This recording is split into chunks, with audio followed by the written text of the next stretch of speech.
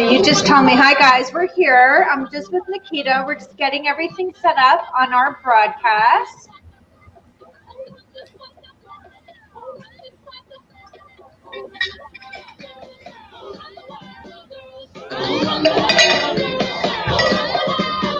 Are you able to see it, Naketa? Not yet, but I'm sure it will. Good old Facebook, right? I know. And if we don't see it right away, I'll make sure it's on there as soon as it's over. Okay. All right, Alexa, stop. All right, welcome to another episode of Strong as a Mother. My name is Stacy Uhrig, and my special guest, my very, very special guest today is Naketa Thigpen. And before I introduce Naketa and how we met, and we get right into her story, just a recap for people who have never seen this web series before. This is something that I developed as soon as people got sheltered into place with COVID. I had already been on a journey of trying to flip mindsets, and I got very, very concerned when I saw the deep isolation that everybody was experiencing and kind of how everyone was going inward and how a lot of depression was setting in for people around me. And what I knew to be true is that though COVID is hard, each one of us has probably gone through something much, much harder than this in life. And what I wanted to do with this series is have it act as a reminder that we are resilient, that we can do hard things. And I know we can do hard things because we have done hard things, and that this is just a season. It's a tough one for many people, but it's just a season in a very, very, very long lifetime of experiences that will both be great and challenging all the same. And so what I've done over the course of the last few months is I've brought people out to speak who can exemplify resilience, where they can share with us challenges that they've had that have been more challenging than what they're experiencing with COVID, and use some of the strategies that they got or that they used to get through that. It's been a really powerful series, and I decided to bring in Naketa, ask Naketa to join us for this because, you know, within my other business, I've learned to really grow my network. And I tend to friend a lot of people in the mindset space just because it's something that really interests me. And I believe I reached out to Naketa a few years ago. And I've always followed her. I've always been very inspired by what she does. But I have to say, like, inspired doesn't even touch how I feel after I've read her book. So I thought I knew why I wanted Naketa on this.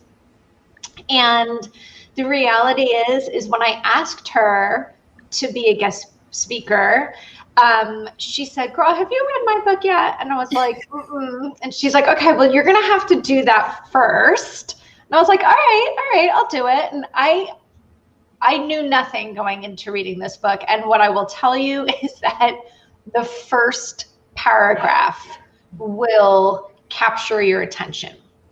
And it certainly caught mine. I can't do it justice. I'm going to allow her to share with you her story. But what I want to tell you is that I have been preaching this for years, that life is a series of experiences that are divinely designed for you, that nothing in this world is happening to you. It's a one-word difference, that it's happening to you versus for you. And I think in most cases, some people would have had the experiences that Naketa has had in her life and said, I can't believe this happened to me. Or people might even listen to her story and say, girl, I can't believe that happened to you. And what I love about Naketa, and I think what we have a similar philosophy, is she knows it didn't happen to her. It happened in her space for sure, and it happened something she experienced personally. But throughout the course of the book, I could see she knew at some point that all of the challenges that she had, and they are significant, happened to her benefit for a very specific reason. And so what I want to go over today is allow Naketa to introduce herself. I want her to share your story. and I want her to share with you what she gained from that experience. So welcome, Naketa. Thank you so much, Stacey, for having me, and more than anything, for honoring this space for everyone who's showing up to listen, whether live or replay. It doesn't matter as long as they get the information. So you being here to flip mindsets, being a little cheeky with that, is truly crucial. There's no better way to say that. So thank you. Thank you. So Naketa, will you share with us a little bit about who you are? Yeah. You can put wherever you want, credentials, whatever, because girl, you've got them. And share with us how you got to where you are today.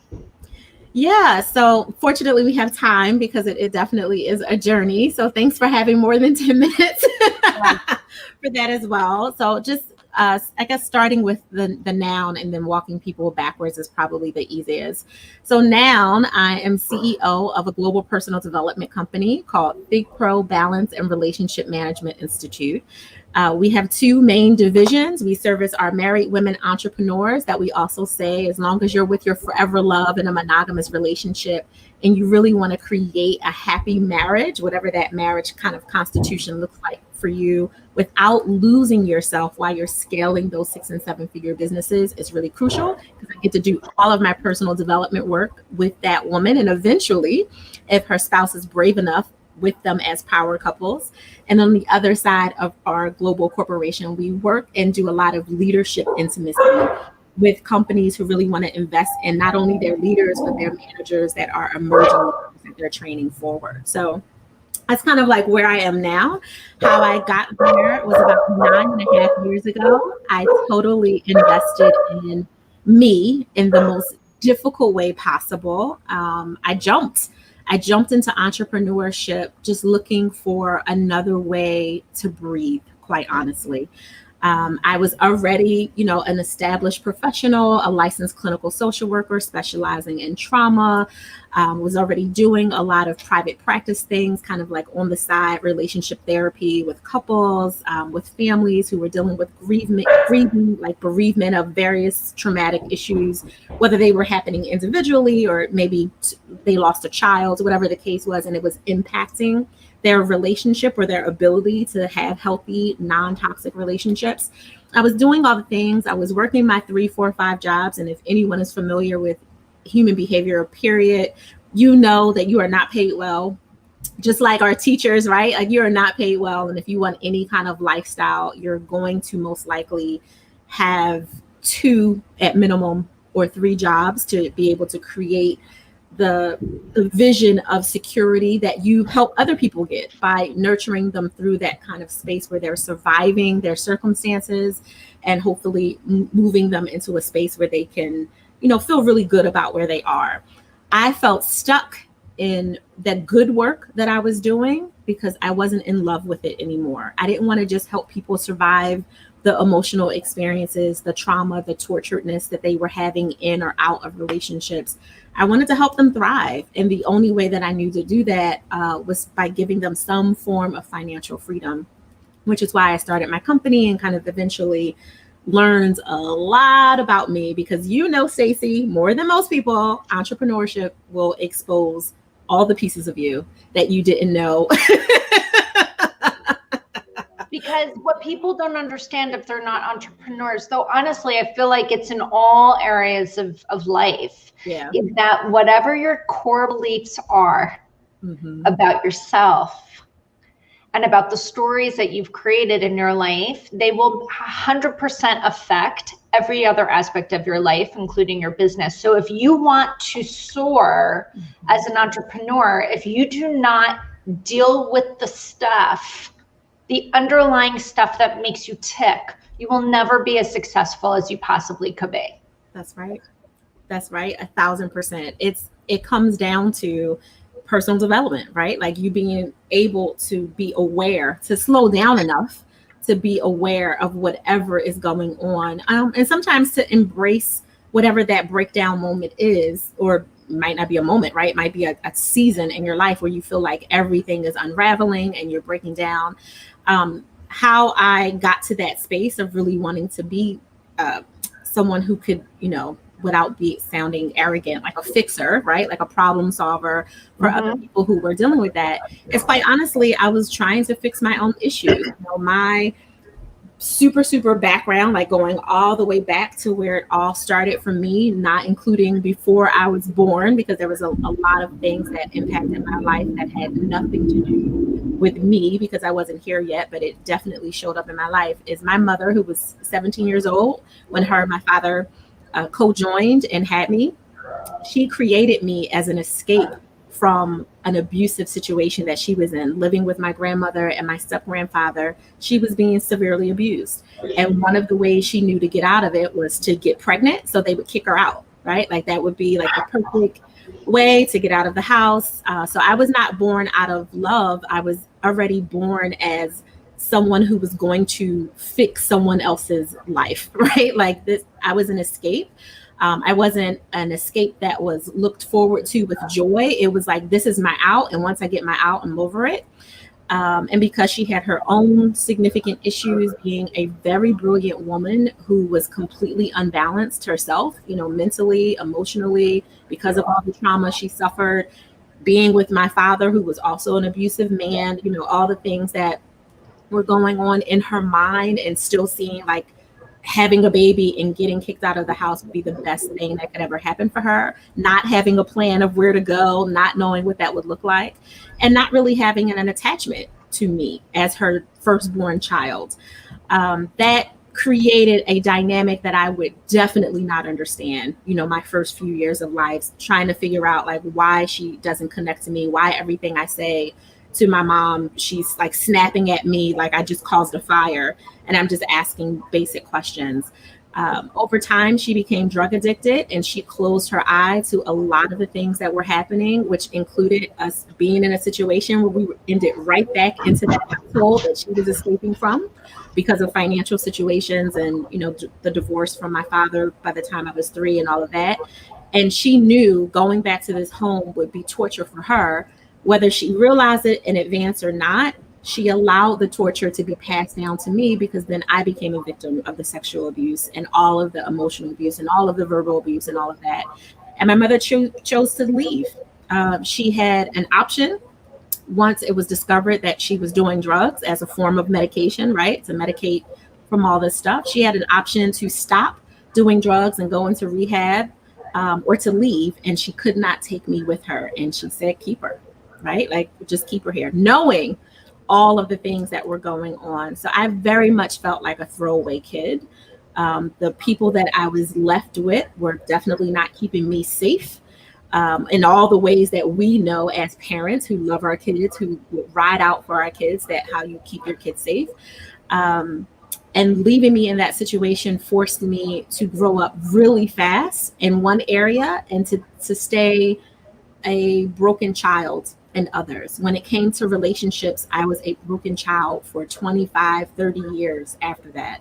I really did not understand how to have healthy relationships with good boundaries, that it wasn't okay that just because someone needed you didn't translate to them loving you, right? And I'm not just talking about your intimate physical relationships. I'm talking about your friendships, right? The girlfriends that come along and you're the best thing since sliced bread, but only when they need you for something, not because they really want to contribute or add value to your life. And I made a lot of mistakes in that. My escape and my hiding space, if you will, was in plain sight. It was education. I was like, all right, well, there's a lot of things I can do wrong, or I can get some things right and invest in me. And I didn't necessarily translate that into money or power or any of that. I definitely wanted to win. I wanted to be independent. I wanted to be 75% different than what I saw growing up. Where that number came from, I don't know, but I do remember around 9 years old when my mother chose to leave me there. I was like, I am going to be 75% different than these people. I cannot be like them. I think innately there was some part of me that knew, not knowing the science, that drug is a horrible illness, like not knowing all of that at the time. Obviously I'm 9 years old. I didn't know that there was still something good in my family. There was something good that I could pull from them. I would find out later that the good was the lessons that I chose to take from that, right? Like every woman in my household had 2, 3, 4 jobs. They all worked. They knew how to work. They knew how to get money and to save money. They didn't know how to invest it. They didn't know how to, divvy it up. But I knew I was going to take away hard work. I knew how to be fierce and quiet at the same time, right? Like those were definitely positive lessons that I took from my family. And maybe that was the 25% that I couldn't verbalize at the time. But those things would propel me into, learning about trauma, learning about psychology, learning about sociology, anthropology, being a clinician, wanting to help other people. It definitely put me on a trajectory of a helper that once I received my own help and got my own self together and did my own work, that I could be unbound. But there was a lot of trial and tribulation into getting into that space. And quite honestly, I was a certified psychotherapist and all the things well before I really came into that space of being whole again. I have written down so many things. So, oh God. I mean, and I messaged you last night. I was like, I have like 6 different avenues that I could take this. And honestly, it could end up being multiple, episodes. But one of the things, and I've not just read your book, I've listened to some podcasts. One of the things that I find so fascinating, and I find it to be a common thread that you and I carry, and I'm always curious to where it comes from, is the sense of resilience at a young age when it hasn't been modeled.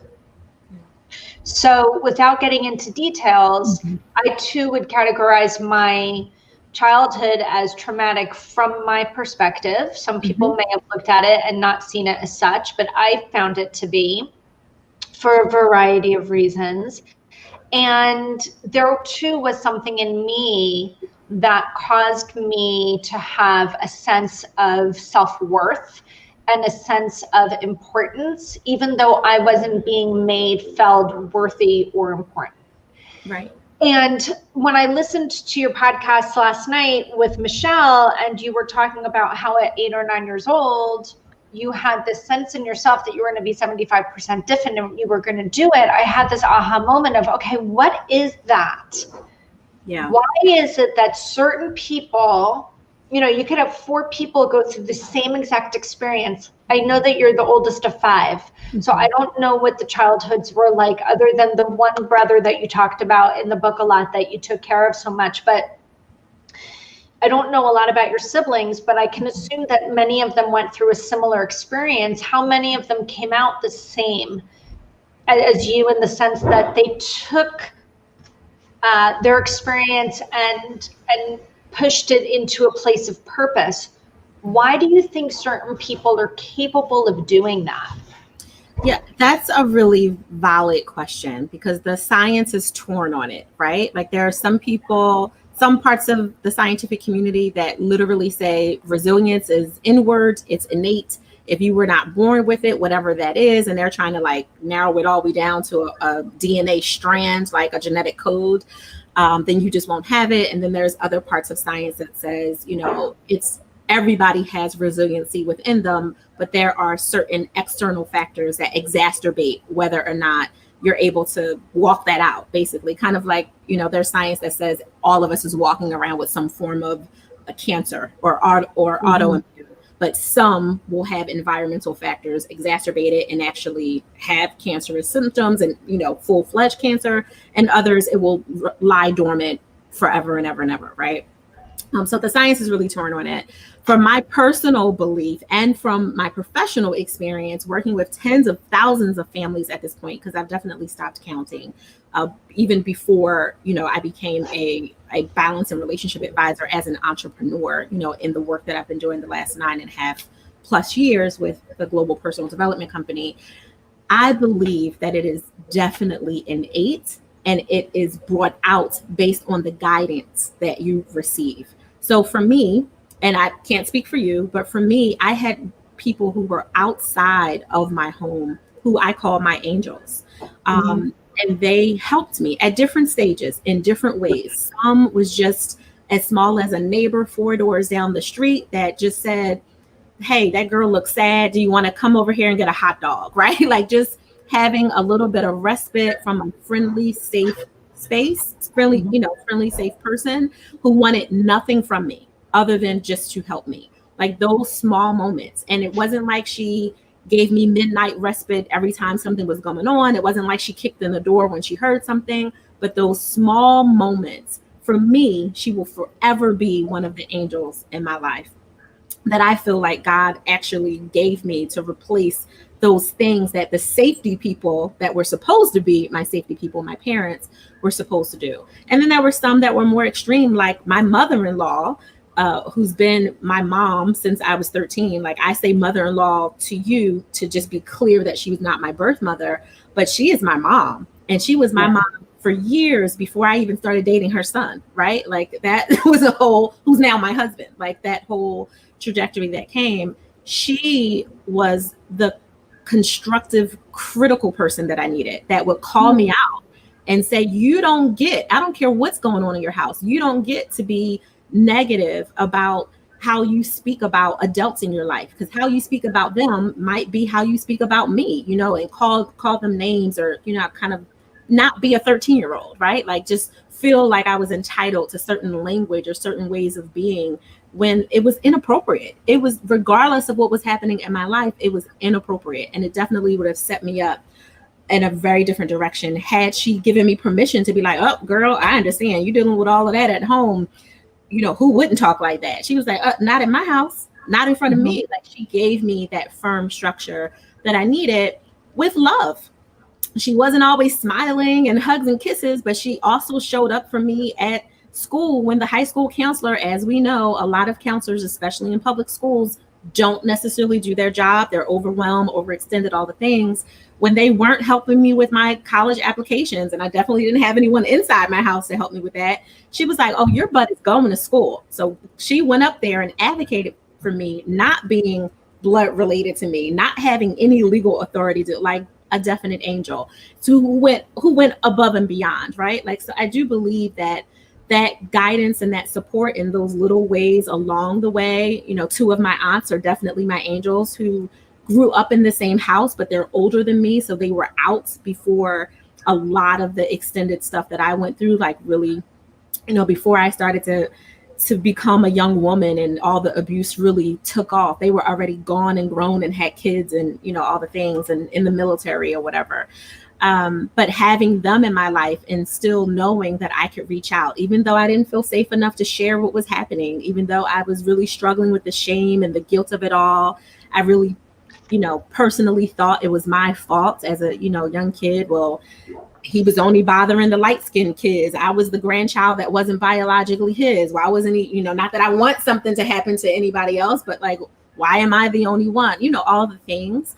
When you're told that you're fresh so many times, you start to believe it. You start to be like, oh, well, maybe I'm just fresh, all that stuff. But I do believe that having some hope in your life, even if it's a small moment of kindness from someone that's damn near a stranger, that makes all the difference in whether or not that innate, resilient gene, bug, whatever we want to call it, whether it just sparks up and starts to, blossom over time. And for me, it was definitely those 11 different people who came along at different stages of my life that helped me to continue to hold on to hope. And I would not, honestly, Stacey, I wouldn't have identified it as hope, right? Like I wouldn't have called it hope at 9 and 12 and 15 years old.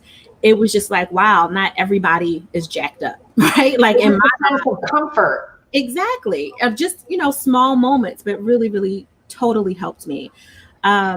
I think it's interesting. I want to pull back on something you said, because I'm all about language. Yeah. And I think so often we never really think about what we say, but there's so much power behind literally every single word. Yeah. And I've gone through this experience myself, so I'm curious to what you would think. You said something. You said, that you were gaining this support from other people, not the ones that you were supposed to be. Mm-hmm. And that's something that I had to peel back along the way, because what happens is, as children, we have been told that there's this hierarchy, there's this structure, right? These are the two people that gave you life. They're called your parents. Yep. They're supposed to be your protectors. They're the ones that are supposed to guide you on the right thing to do. They're the ones that are going to show you the way. They're going to be your people. Yep. These are your go-to. They automatically belong in your arena. Right? And these are your grandparents. They fit into the same boat automatically in your arena. Your immediate family automatically in your arena. And I don't know how much Brene Brown you've read or dove into, but I just love her. And the very first time I read Daring Greatly was it was in 2012. So it was almost 8 years ago. When I read it, I was like, oh my God, this is it. I've always put my family in the arena, but people earn the place in our arena. That's right. They earn the place in our arena. And what ends up happening, and I hope that whoever is watching this, there's at least one person that can say, thank you, thank you, thank you. I didn't understand this, is that we're the ones that put them there based on what we were told was supposed to be the way. But what I've learned is just because a parent is your parent biologically, does that mean that they can ever fill that role? You know, there are people who have children that are limited in what they're capable of giving, mainly because they never received it themselves. Yeah. It's this tragic cycle of neglect and betrayal and abuse and all the things that hinder someone's ability to unconditionally love. And when you can't unconditionally love, you can't teach someone else how to do it. So we're looking for something that we're never going to get because they don't know how to do it. They're incapable.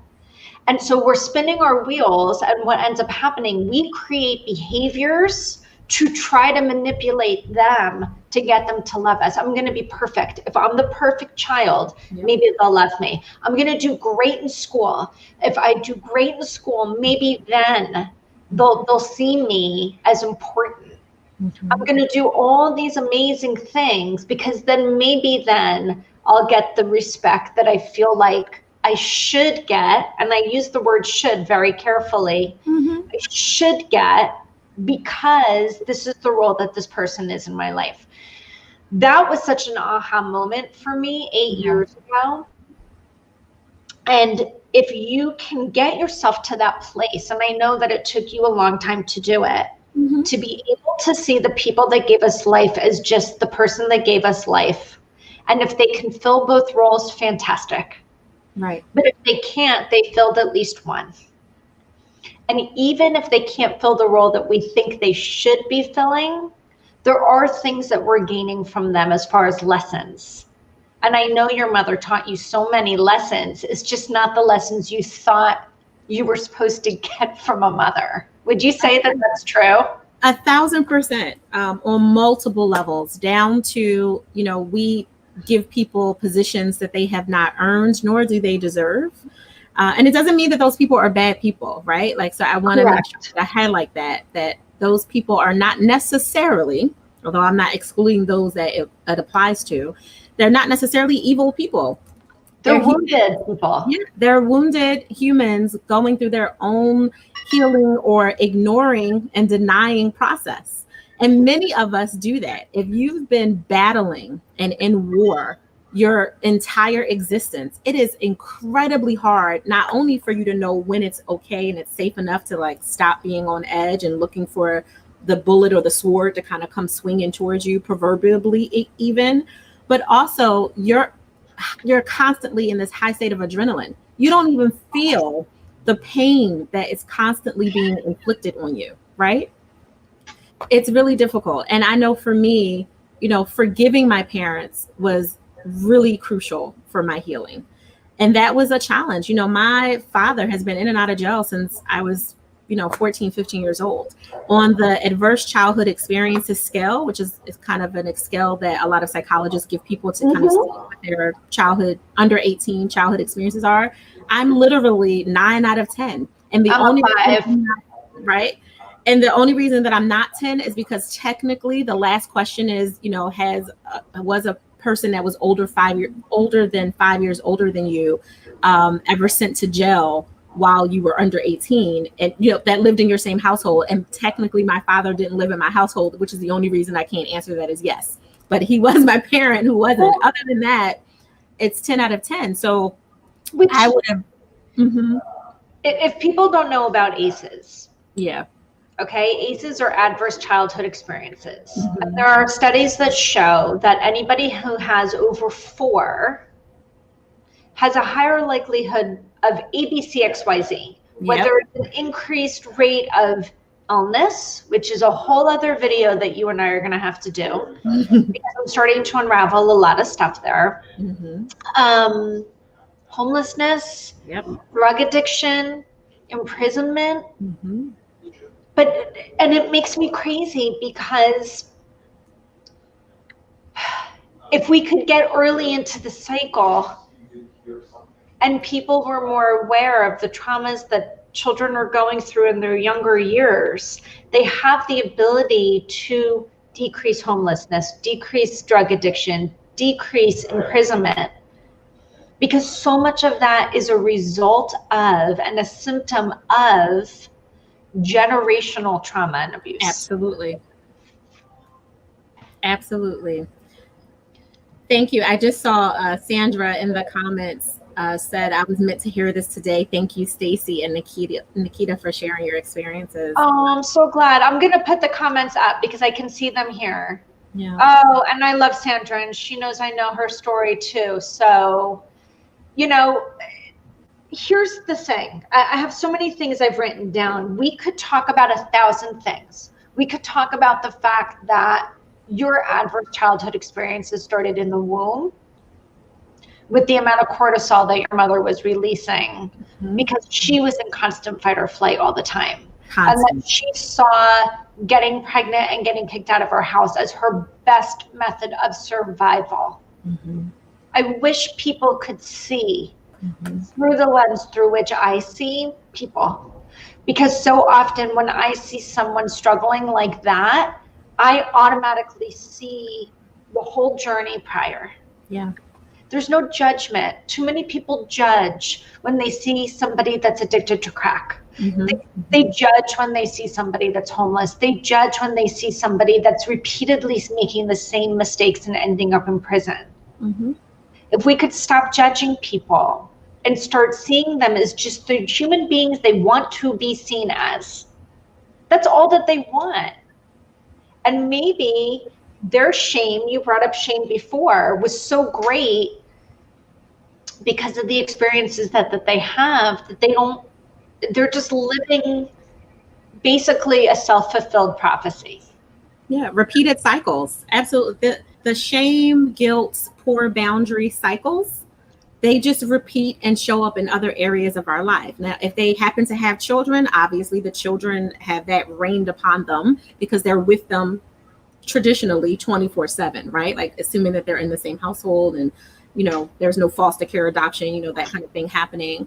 If they have extended relationships, the girlfriends, the guy friends, sisterships, siblings that don't live with them, that, we all have those moments that we at least can think of one friend that's like, oh, I haven't talked to my sister in 10 years, right? Like there's a reason for that. It doesn't mean that those sisters aren't good people. They have their own traumatic issues that are blocking them. And part of it is because one or both of them have recognized there's a cycle that one of those siblings is stuck in, and they don't want to be sucked into it like a black hole. They're like, I'm not, even if I'm in my own cycle, I'm not in that cycle anymore. And I don't want to get pulled into her stuff or his stuff or their stuff. Yet, if you're not addressing it, even though you might have given yourself some respectful, healthy boundaries with that particular sibling, if you have not addressed it yourself, you're still showing up at work, spewing that in your own way, in your own cycle. Because maybe now you're the queen bee that, people are talking about and no one wants to deal with anymore at work because you're holding the next chick down, right? Like, and doing it because you haven't dealt with your own stuff. So it's coming out one way or another, whether it's in your work, your life, or your love, including your love of yourself. If you're not willing and ready to do the work, because you can say, I want to be healed. I want to be great. I want to get over this as much as you want. But if you're not actually open to doing the work because you're making justified excuses like, oh, I'm too busy. And then saying you're busy is betterment. Like, oh, I'm bettering myself. Are you? Or are you hiding from it? And I say this as the first partaker, someone who did the same exact thing, And I found it fascinating. And it's so interesting that you said it in this podcast yesterday, because I recently said this to a friend of mine. You were saying that you realized that you also had an addiction. Yes. But your addiction was stress. Yes. Which is not a surprise, because when you go through adverse childhood experiences over and over and over and over and over again, the chemicals that you release in your body during that fight or flight experience, they become addictive. Absolutely. And so what you did is you made it presentable, approachable, appeasable, okay, because it resulted in success, right? But it was still an addiction. Absolutely. And I recently, within the last year or so, was having a conversation with a friend, and it was fascinating because her and her sister grew up in the same house. There was abuse, there was domestic abuse, there was drug abuse, there was a lot of different kinds of abuse happening in the household. Her sister ended up becoming a drug addict. Okay, so she continued the cycle, probably trying to numb very similar pains to what was being numbed before, and she probably was predisposed to having an addiction personality. My girlfriend went in the exact opposite situation on paper. Okay, she started a nonprofit in Africa. She became on the front of Time magazine as a hero during Ebola, like extreme difference. But the situations she put herself in were highly dangerous, highly dangerous. And I realized it when she was telling me about a time that she was in college and she didn't have any money to support herself. And so she had no place to live. So she was hiding out in a crack house. And one that was no longer being used. But that's where she decided to live because it was free.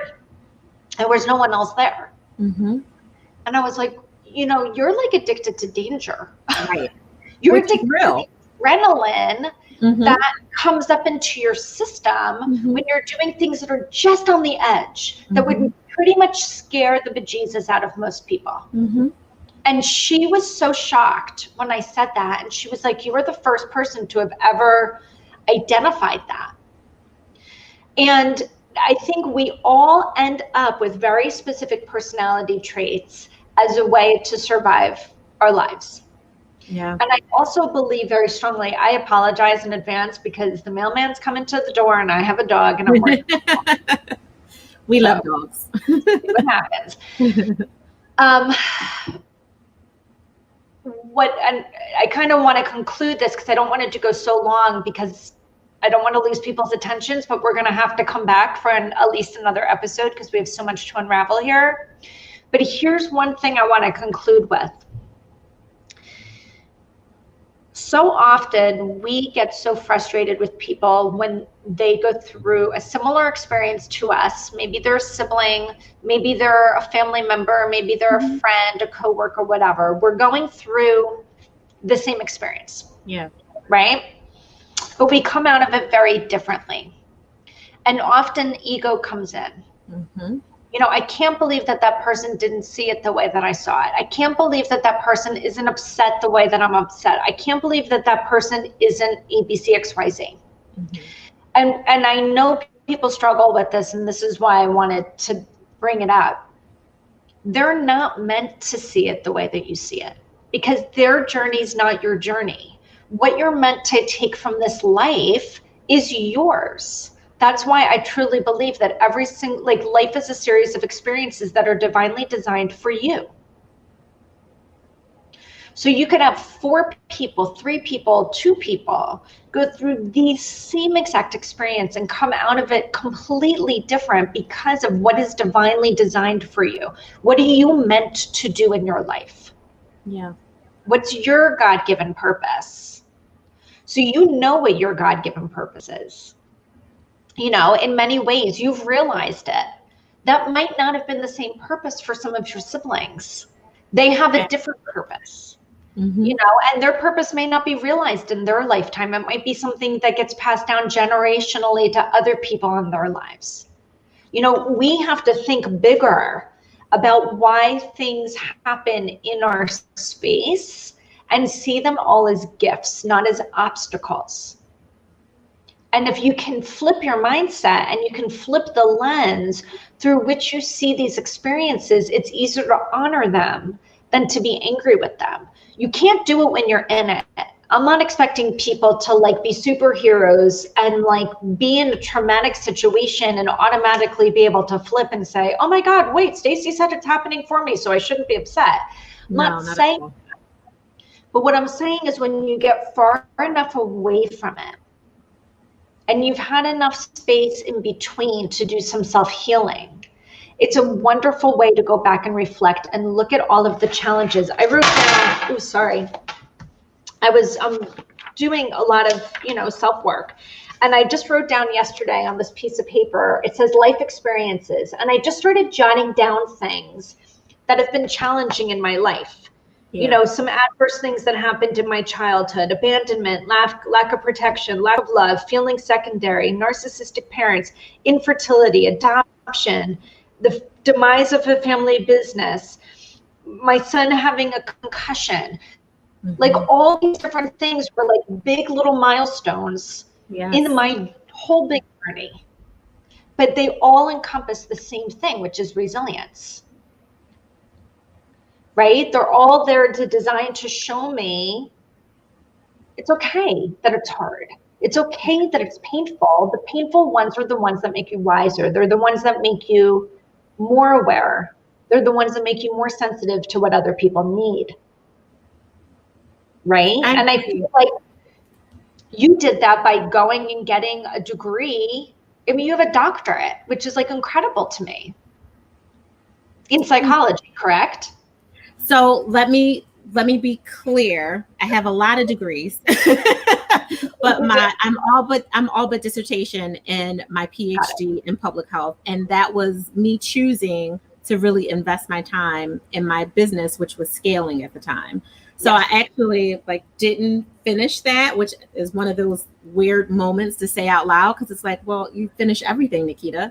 But that was a choice, and me choosing to hold the expectation of what other people might have had for me, or to do what I really wanted, which was to create my reality and create my joy, which is really important to the point of what you're talking about, looking at some of the challenging moments of your life that help to blossom your resilience a little bit more, and also looking at the fact that that blossoming that came from the deep capacity for pain that was created for you opened up space that was already there that you couldn't see, but it opened up the space which would now hold your well of joy that you create.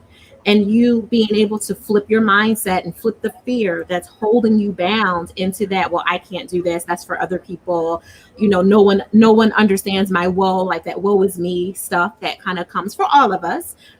Honoring when it's happening, it's okay to feel it. Feel it, feel the feels of all of it. Just don't live in it. Right? Because if you live there, then you can't become the producer or the director of the next page if you're just stuck in that one space. But being in a space where you get to choose, you know what? It's okay that I have, 3 degrees here, 2 degrees here, 4 degrees here, and I didn't do that other one. Who the hell cares? Right? In the end of the day. And that's kind of what, your book, the name of your book is Selfish, and your Facebook group is Certified Selfish. So if anybody really wants to follow Naketa, you can follow her on her personal page, but she has a Facebook page called Certified Selfish, and her book is called Certified.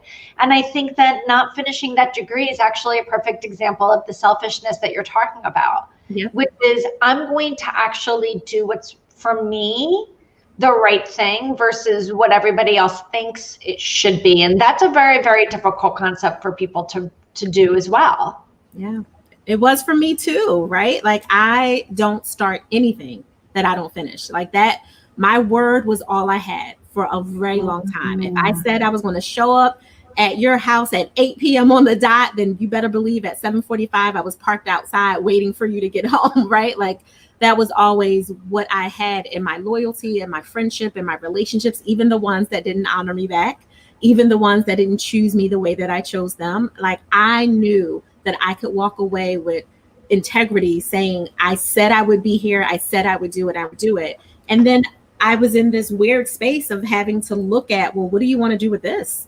You can either grow your business and really be unleashed and unbound in all the ways that you want to do and help to give your family, you know, something you've never had, the freedom and flexibility to build, go and do whatever they want. Or you could say, no, I already did 3 years worth of classes. You're already in the middle of this dissertation. You better finish it, girl, like, and struggle for the next couple of years because, you know, you told the world that you were going to do this.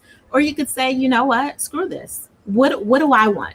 What do I want? Pivot. And exactly. Pivot into your truth, though, not just into something, because what I wanted didn't feel good.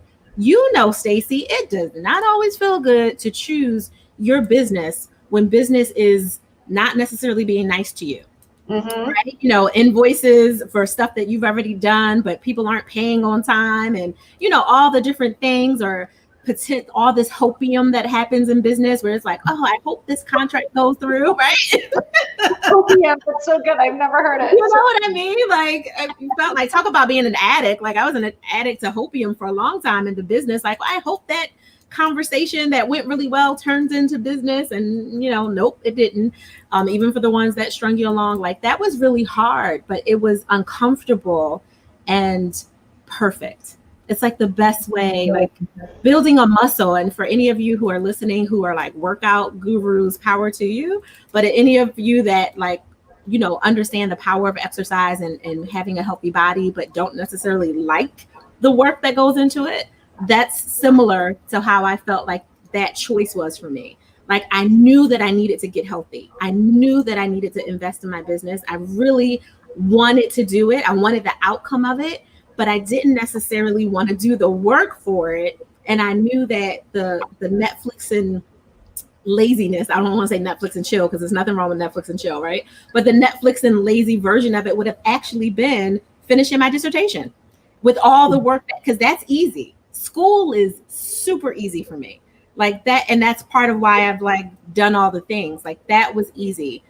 Doing the harder, uncomfortable, awkward thing that I really wanted the outcome of, that was my selfish choice. It was choosing me, the one of the most difficult things in the world, so that I could be there for other people in a more selfless and authentic way later, but not yet.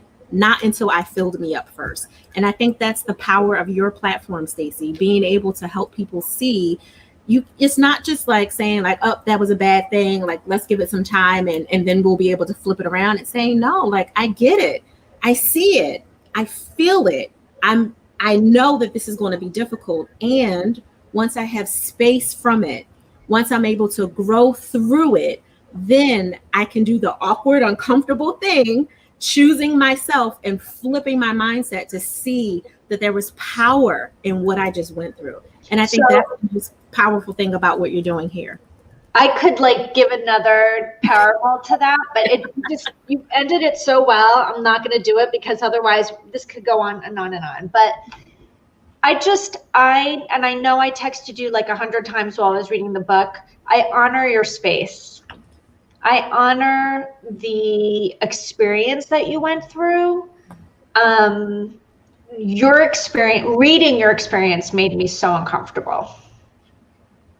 Because I actually and we did not go through any of the same experiences. Mm-hmm. But the adrenaline that you had rushing into your body when you were trying to take your brother out onto the roof so you could get away from your mom's boyfriends who were trying to sexually molest you, mm-hmm. and sitting there and waiting for hours until they got in their car and left, the adrenaline that you got, I felt it. Yeah. And then that triggers me back to my old fight or flight patterns. So I honor, and I'm really in awe of what you went through, because no, because of the way our society is built, no one would have ever blamed you of following into the same path that you were shown. Mm-hmm. And what you did is you did the hard work to change it 75%. Mm-hmm. And too many people are afraid of the pain and the hard work that are associated with the change, but nothing changes if nothing changes. And so what I hope is that people will have seen this and been inspired. Hopefully they'll grab your book. And I'll put a link in the comments of where people can find your book, and I'll put a link to your Certified Selfish page. But I hope that people will see that if they're going through a challenging experience, we get it. We get it. Life is designed to be a series of experiences that are challenging, so you can make the choice to rise from the fall, right? And so you can help other people rise from their falls and their falls and their falls. It's the impact that we all have the ability to make based on our own prior experiences. So I really hope that you'll be willing to come back, because I have a whole other series that I would love to do with you about ACEs and autoimmune, because I'm starting to really unravel that too as I'm going through my own autoimmune mystery. I'm learning so much in that space, and that's something I'd love to help other people with too. And I know you too have been dealing with that, not just 1 or 2 or 4, but 6, right? Mm-hmm. 6 or 7. No surprise. Right. After I read that book, I was like, I'm surprised she doesn't have 10. Right. And so hopefully people will have seen this and they'll be encouraged to come back and hopefully watch episode 2, which you and I will get on the books. And if people are watching this on the replay and they want to share it, please. If you know somebody that needs to hear it, tag them. Feel free to reach out to Naketa or I privately. We're both very open people to helping others. And I just hope that you gained one benefit. If one person can gain one benefit from watching it, it was worth it, right? Absolutely. So I would just want to thank everybody for their time, because I know we went quite long, but I think the story was really important. And I hope that you guys will tune in with us when we do part 2. And my hope is that you have a wonderful day.